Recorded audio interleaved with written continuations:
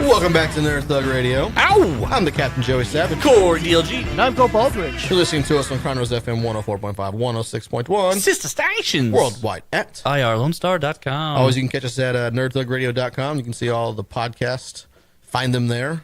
Pictures, buy a shirt from us. Anything going on the website. Or Facebook.com/nerdthugradio. Yeah. It's that time of the show, DLG. We turn it over to what was the Nico DLG segment, but is now called the Hipster Intern segment. Colt, take it away. Hey guys, Hipster Padawan here. Yeah, the Hipster Padawan segment. That's what it was. So Cory, have you been playing video games lately? I just this last week I busted out Destiny 2. Oh yeah? So what do you think Busted of it? it out.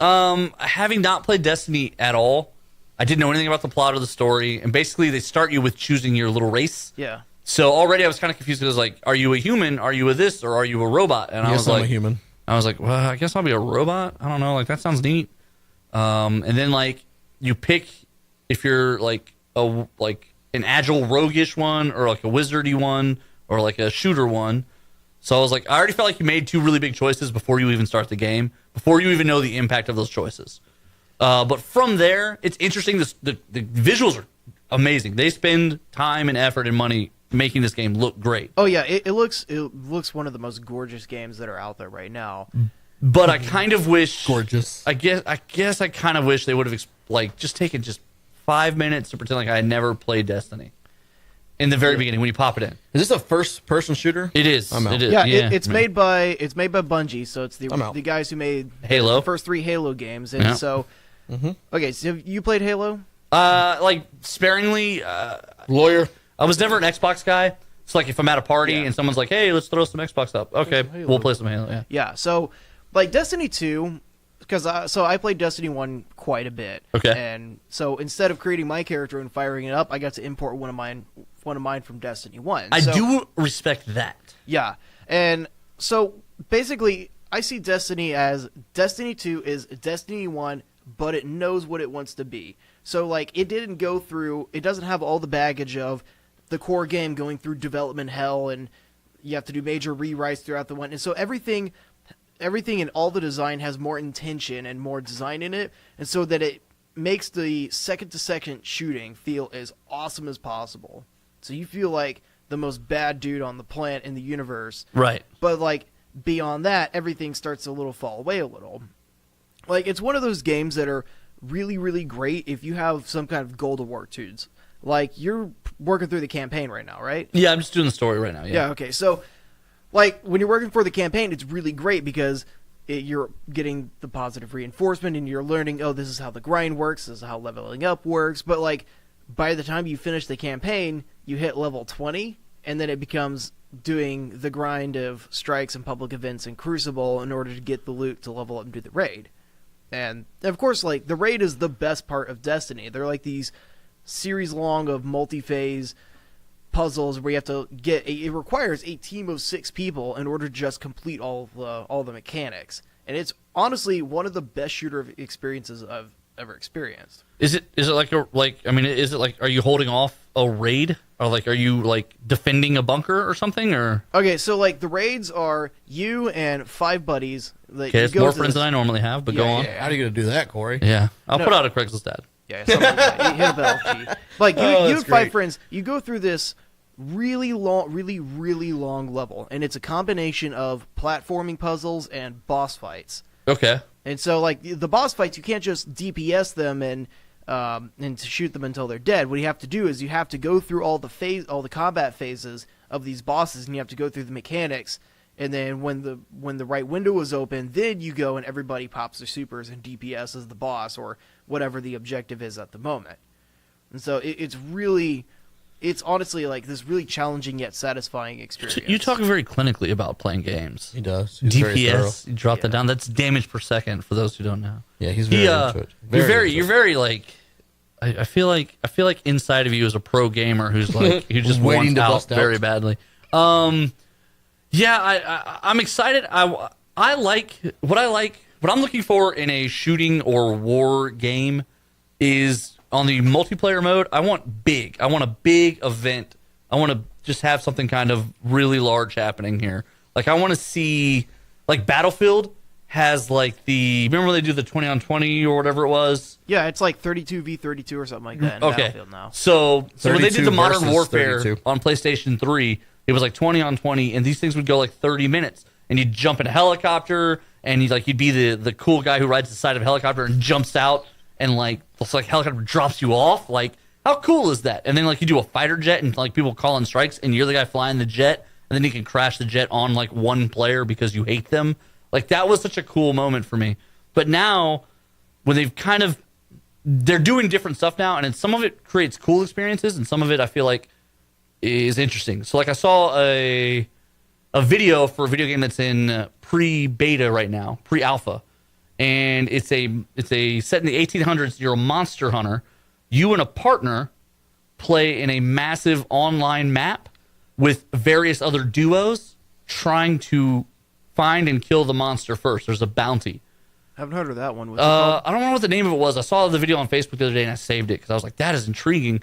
And the video they showed was really neat. You're like in a swampland, but you're fighting the bounty hunters, the other teams. Ooh, I want to be a bounty hunter. You're fighting the other teams, and you're also trying to kill the monster, who is very hard to kill. But like, you don't want to give your position away, so like loud noises and gunshots and torches draw the attention of the other groups. It's like they're really kind of breaking the mold in what used to be just everyone shoot each other, and I think that's really intriguing.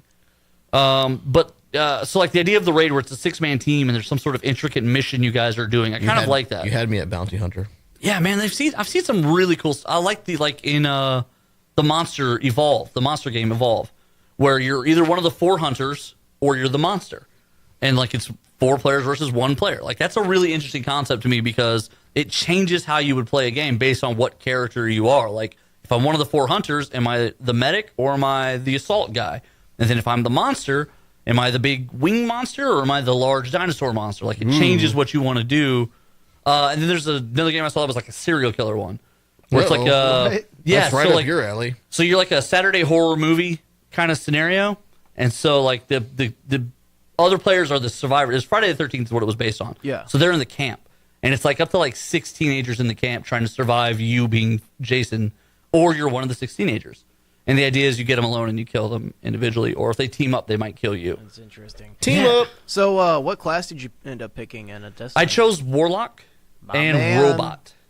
So now I'm a magic using robot, and then in hindsight, I was like, well, that doesn't really make A magic sense. using robot. Right. Is this like a new comic book you're writing? Yeah, I know, 'Cause right? That sounds great. It does. Like, it's a really interesting. The first 10 minutes of the game are really interesting. But yeah, I don't know. Like, I don't know. I'm going to give it some time. Yeah, what I ended up doing with my Warlock is I chose the Void class. Warlock. Okay. So it like fires this. It's super. It jumps in the air and fires this big ball of energy, just like incinerates everybody. That's handy. But I also have it spec'd out to where I can hold down the grenade button to drain all my grenade and heal my health back to full. No, I'm wailing. And then my, Oh, then my that's neat. melee has an ability where if you tag somebody, if you hit somebody and they kill them, it triggers an ability where if you keep killing people within the time frame, it'll heal you back up to full. So you're like a it's- vampire. yeah, it's like this consistent like feedback. So you're basically loop. like Blade. Yeah. It's more like Evasion that just doubles into. He's a the rampage Daywalker. mode. He's the Daywalker. He is the Daywalker. Yeah. I'm the Daywalker. See, like, I would think it'd be cool to do, like, kind of like what I just said, a Monster Hunter game where it's like Daywalker. you're a group of, like, Monster hunters? Yeah. Why not, man? Like, modern day Monster Hunters, you think you're Blade and then you come across a real vampire. Like, hey, man. Buffy the Vampire Slayer. Or you're bounty hunters and you The get locked in a role-playing building. game. You're bounty hunters and you think you're serving a bounty and then you get locked in a room with, like, a werewolf. Speaking of bounty hunters, our friend Krisha wrote a pretty cool article about bounty hunters Yeah, for Rooster Magazine. For Rooster. You should go check that out on Facebook. Thanks for your contribution. You're welcome. I was plugging it. We're good. So, yeah, I can't get into first-person shooters. Like, I'm not very good at them. Besides Battlefront, I only play that because it's a Star Wars game, and I'm terrible at it. Did you play Yeah. the original Battlefront? Yeah, too? I did. We talked about this, I think, last week when we play the shooter games. We just go online just because we know we're going to get ripped. Right, yeah. Like, we're going to be the worst guy on the team, but we're still going to do it. Overwatch, I feel so bad. Like, so I watch they've been airing the competitive matches. Disney XD, Right, they has have actually been. been airing the whole This is tournament. like ESPN2, like Right, ESPN someone- 2 aired Injustice. you text me and you're like, Yeah. dude, turn it on ESPN2, Injustice 2's on. Right. It's like, what? And like the final match was a match between a guy playing as Robin and a guy playing as Catwoman. Like They're that was so really good. intriguing because That like Robin those are is so good. Those are none of the main like No. you wouldn't think. Well, any games, like when we play HeroClix, our favorite game, Right. all the meta characters, they're not your normal. No, you're typical right. characters. You're right. When you see the lineup and it's all a bunch of people you don't know where they're from, What? you're in Unimind? trouble. Who is Unimind? You're in trouble. Right. Don't get me started on that. I won't. piece. Well, I haven't looked at it. We'll talk off air. Okay. Oh. We're only it's- like a minute and a half. Okay, yeah, busted. yeah, we'll do it off air. But yeah, so basically, to me, the intriguing thing is like these guys are so good, and like watching the match, I kind of understand a little bit more what I probably should be doing when I play, Right, Because of how they play. But you can't correlate it to your game. No, because what they do is they work in unison. So it's like all of them. So it's like Team Japan is playing Team Australia, and literally they time their attacks and they're watching the percentage bar. So in the Overwatch game, there's like points to defend, Yeah. and they're defending one of the points, and so they're letting the bar build up while their team gathers around for a strategy. So they're letting them have free percentage points because it's just whoever has 100% wins. Right. So like from 30% to 40 to 30% to like 70%, there's no conflict because they're lining up where they want to be, And then they just and bring then they down jump in and kick them a out. rain of fury. Right, but while they jump in and fight, Release the Kraken. right, the numbers going up. So like I was getting nervous because it actually wound up being 98% versus 99%. Then it goes to overtime in the little thing. It literally says overtime on there. Overtime. And I've never even seen that in Overwatch. Finish him. I didn't even know overtime was a thing. That's how bad I've always been. And so then I was like, well, what happens now? So I'm watching because literally whoever gets kicked out, so like as they start dropping off, picking off members from one team Yeah. and another team, they keep killing equally, so the overtime doesn't know who to give the last percent to until it gets down to like a 2-on-1 They situation. break the system. Right. It gets 2-on-1 and they kill the other guy and then they're Break like, the wall. as soon as they kill the one guy, then they win. Boom. But Done. it was Done just so. crazy to watch, and the announcers actually do a really good job on that. That's Talking got to about, be hard to announce. it's got to be, but they do like they nail it because they're also naming the characters really fast too. Ooh, that's pretty good. Well, Imagine let's, if you had to name players and characters. I don't know if I could do either one, so I'm Right. going to take a break to figure it out. When we come back, we're going to wrap this show up. You're listening to Nerd Thug Radio. Whoop whoop. You know who the worst people are? Yeah, Those two, Norman Chad and Lon McCarran. but that's their whole career. Oh my